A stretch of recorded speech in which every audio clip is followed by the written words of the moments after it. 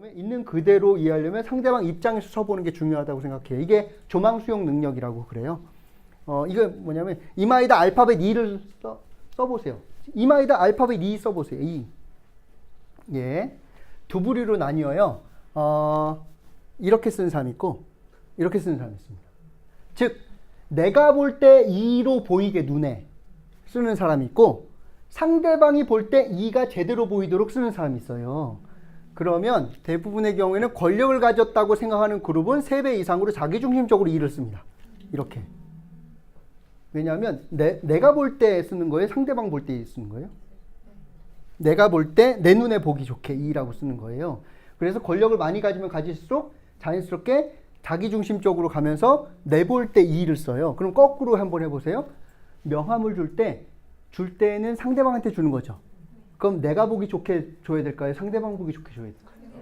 예, 근데 명함 받을 때도 이렇게 주는 사람이 있고 돌려서 주는 사람이 있고 조금씩 달라집니다. 실험을 했을 때 권력을 사용했을 때를 떠올리라고 했던 A그룹, B그룹은 권력에 지배됐을 때를 떠올리라고 했었을 때 쓰는 것도 달라진다는 거예요. 권력을 갖고 있으면 내 중심으로 보게 되는 겁니다. 그래서 이게 작은 독재자라고 불러요. 존경은 못 받는데 권력만 있는 경우. 이럴 때는 작은 독재자가 될 가능성이 높습니다. 이런 분들이 누구시냐면 건물이 내 건 아니지만 내가 지켜요. 부분 있고 사회복지사도 마찬가지죠. 내 돈 아니죠. 예. 근데 작은 독재자가 될 가능성이 높습니다. 이건 뭐냐면 조망 수용 능력이라고 해서 상대방의 관점을 이해하는 능력인데 이거 그림 보셨나요? 학교 다니실 때? 얘가 산을 볼 때 하고 얘가 산을 볼 때 하고 어린아이가 이것을 얘가 보는 관점을 그 조망에서 보는 것을 수용하는 능력이 생겼었을 때 사회성이 생기고 상대방을 이해한다 라고 하는 걸 조망 수용 능력이라고 얘기하는 거고 상대방 입장이 되어서 바라보는 거예요. 내가 가상으로 가서. 그러면 그 인형에겐 어떻게 보일지 오른쪽에 큰 산이 있고 왼쪽에 그거보다 작은 산이 있는 거죠. 근데 얘가 볼 때는 어떤 거예요? 왼쪽에 큰 산이 있고 오른쪽에 작은 산이 있는 거예요. 이걸 획득하느냐 못 획득하느냐에 따라서 독재자가 되느냐 아니면 사회성이 높은 사람이 되느냐라고 하는 것이 나오는 겁니다. 그래서 권력을 잡더니 사람이 달라지는 이유는 뭐예요? 조망 수용 능력이 원래 없던 사람입니다. 원래 없던 사람이 권력을 잡으면 어떻게 되느냐? 그게 드러나는 거예요. 내 중심으로 생각하는 거예요. 그런데 권력을 잡기 전에는 사람이 눈치를 많이 봤죠. 왜 그러냐면 조망 수용 능력하고 권력 민감 능력하고 똑같답니다. 비슷하대요. 그런데 권력 민감 능력을 갖고 있을 때는 권력 밑에 있으니까 민감하게 반응하죠. 그래서 우리 직원들이랑 똑같이 반응하다가 권력을 잡고 나면 조망 수용 능력을 갖고 있는 사람은 직원 입장에서도 생각해 주는데 권력 민감 능력을만 갖고 있는 사람은 권력을 잡았을 때 더 이상 눈치 볼 사람이 없으니까 내 마음대로 하는 방식으로 갈 가능성이 높은 겁니다. 그래서 낮은 지위일 때는 이게 두 가지를 구분하기 어렵다고 합니다. 권력을 가졌을 때 비로소 조망 수용 능력 유무가 드러나는 거예요. 그래서 권력을 자리로 올라가니까 사람이 바뀐 걸까요? 아니면 원래 그런 사람이었는데 본성이 드러난 걸까요? 본성이 드러난 겁니다. 예. 이렇게 가는 거예요. 그러면 요것도 한번 보세요. 이 문제 풀어보세요.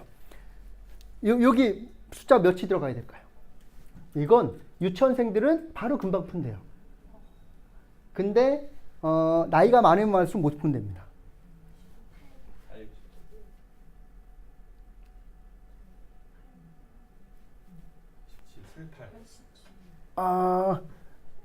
예. 자, 여러분들 입장에서 보지 마시고 운전자 입장에서 보세요.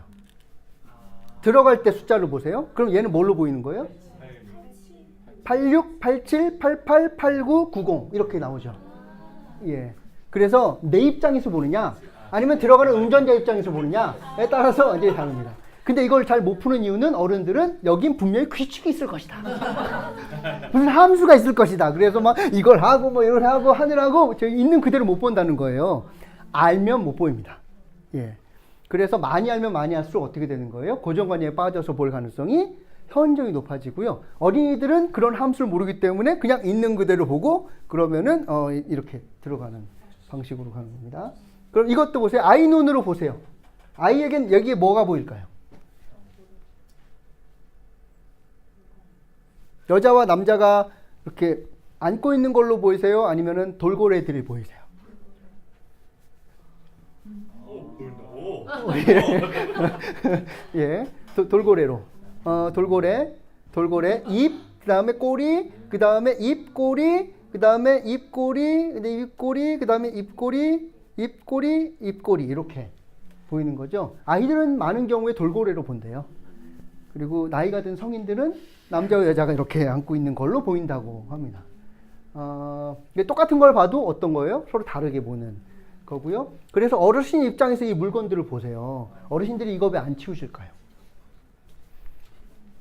이 물건은 어르신한테 소중한 물건이에요. 그래서 안동에 있었던 그 집에서는 왜 안 치우셨냐 하면 아들이 좋아한대요.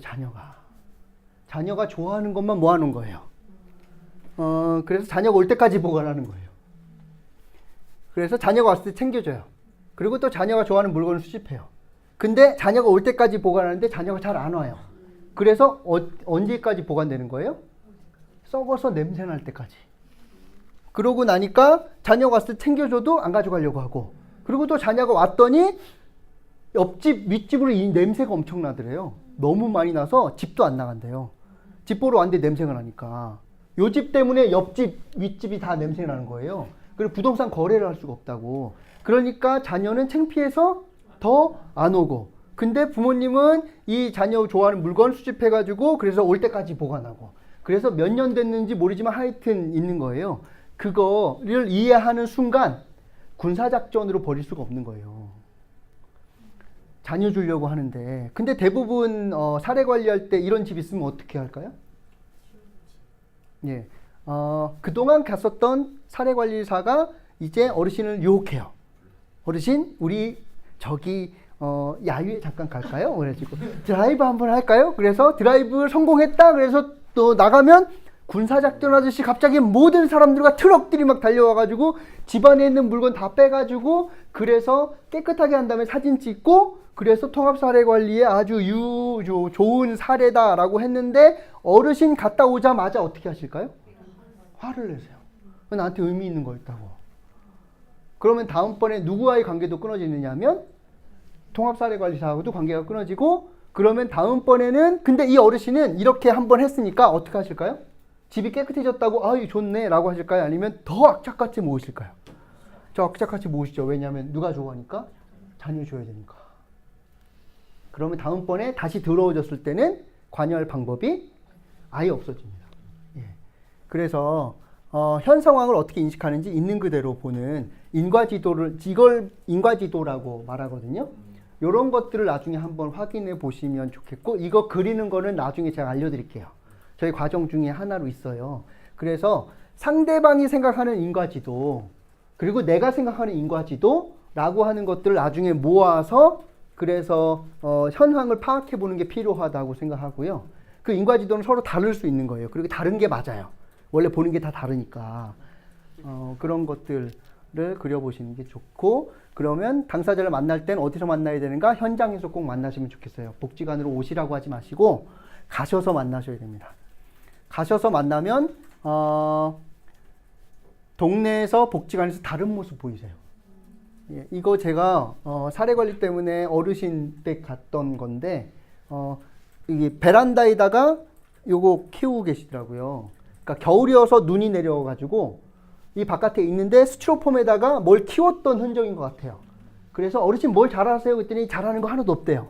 근데 이런 거 다 키우시는 거예요. 그래서 이건 어떻게 키우셨어요? 그랬더니 내가 어떻게 해가지고 키웠고, 여기서 잘하면은 몇 개 해가지고 동네 사람들 나눠주지, 뭐 이렇게 하시는 거예요. 그러면 강점이 있죠. 근데 말하면은 없다고 하시다가 댁에 가시면 이런 것들이 많이 발견되는 거예요. 어르신, 남자 어르신이셨는데 집에 또 뭐가 있었을까요? 온갖 술들이 다 잔뜩 쌓여 있었고, 이 술은 어디서 하신 거냐, 저 뱀은 어떻게 잡으신 거냐, 막 그러면 무슨 얘기 하실까요? 신나서 얘기해 주세요. 그러다가 훈장 같은 거 하나만 발견하면 어떻게 하시면 돼요? 이건 어디서 받은 거냐고, 야 이거 어떻게 하셨냐고, 뭐 하셨냐, 내가 뭐 그러면 막 얘기해 주세요. 그래서 내가 옛날에 베트남에 갔다 왔었고, 뭐 군인이었고 뭐였고 뭐 이런 얘기 해주시면은 강점이 발견될 가능성이 현저히 높으세요. 그래서 가능하면 복지관에서 만나시는 게 아니라 삶의 자리로 가서 만나시는 게 중요하시고 그래야 강점과 관계도 쉽게 파악하실 가능성이 높으세요. 대신에 천천히 왔다 갔다 하면서 하시면 좋겠고 어디까지 탐색해야 될까? 많은 거 하지 마시고 양식 복잡하게 하지 않았으면 좋겠고요. 양식 간단했으면 좋겠어요. 그래서 저 요새 사례관리 전산 입력하는 거 그거 저 분명히 문제 될 거라고 생각해요. 다 파악해야지 다음 단계로 막 넘어가고 이렇게 돼 있더라고요. 그러면 어르신한테 여쭤봐야 되거든요. 근데 여쭤보면 어떤 일이 벌어지느냐면 감당할 수 없는 수준을 물어볼 수밖에 없어요. 그래서 이렇게 물어볼 수밖에 없어요. 어르신, 소득은 어떠세요? 라고 물어보는 순간 어르신이 무슨 생각하실까요? 줄여나 보다. 아이고 줄여나 보네. 막 그렇게. 그래서 막 해달라 그러고 그 다음에 어르신 자가세요? 전세세요? 월세세요? 물어보는 순간 어르신이 뭐라 그러실까요? 집을 주려나 보다. 주거 지원해 주려나 보다. 뭐 이런 생각 하시거든요. 물어보는 순간 어떻게 돼요? 온갖 욕구를 불질러놔요. 그러고 난 다음에 갖다 주진 않아요. 예, 다 줄 수 없으니까. 그러면 어르신의 기대는 점점 커졌는데 만족은 어떻게 될까요? 떨어져요. 그래서 기대는 반드시 충족시켜야 되고 기대보다 플러스 1의 효과를 거두면 플러스 1만큼 만족하지만 기대보다 마이너스 1 못 미치잖아요? 그럼 원래 사람은 10배로 화를 내요. 예. 그래서 이런 효과가 있어요. 손실 회피 성향이라고 해서 하나 얻으면 하나만큼 가치 있다고 느끼지만 하나 빼앗기면 10배로 화를 냅니다. 대부분 사람이. 그래서 빈털터리로 가다가 10,000원을 주시면 10,000원만큼 기쁘고요. 근데 제가 죽자마자 선생님이 오셔서 제 거예요 그러고 가져가 버리면 하루 종일 기분이 나빠요. 왜요? 원 상태로 돌아왔는데 왜냐하면 10만 원 잃어버린 것 같은 느낌이 있거든요. 그래서 오징어 다리가 10개거든요. 근데 집에 와서 뜯어봤더니 11개 들어있으면 어떻게 반응할까요? 이렇게 좋아합니다. 근데 9개 들어있으면 어떻게 할까요? 썩을 것들이 뜯어먹었다고 막 그러면서 화를 냅니다. 10원 거스름돈 더 받으면은 그렇게 큰 반응 보이지 않는데 10원 덜 받으면 분노가 치밀어 올라가지고 사람을 막 욕하고 하는 거는 10배로 잃어버렸다고 느끼기 때문에 그렇거든요. 그런데 문제는 기대는 어떻게 될까요? 물어보면 물어볼수록 계속 높아집니다. 그럼 만족시키기 쉬울까요? 어려울까요? 점점 어려워지는 거예요. 막 물어보면 안 돼요. 감당할 수 있는 수준에서 탐색해야지 막 물어본다고 해서 정보가 많다고 해서 마치 많은 해결책이 나올 수 있는 것처럼 생각하는 것 자체가 오해이거나 오류일 가능성이 높다고 생각해요. 그래서 어디서 만나셔야 돼요? 댁에서. 얼마만큼 해야 돼요? 가능하면은 내가 감당할 수 있는 수준 안에서. 그래서 내 것으로 채워드리는 걸 여쭤봐야 되는 거예요? 아니면은 당사자와 지역사회가 할 수 있는 것들을 먼저 물어보셔야 돼요? 예. 그래서 당사자의 강점과 당사자의 관계망, 이런 것들을 탐색해 보시는 쪽으로 방향을 잡으시면 좋겠어요. 먼저는 이해하고, 그 다음에 어떻게 살릴까라고 하는 쪽으로 생각해 보시면 좋겠어요. 오늘 제가 준비한 거는 다 했습니다.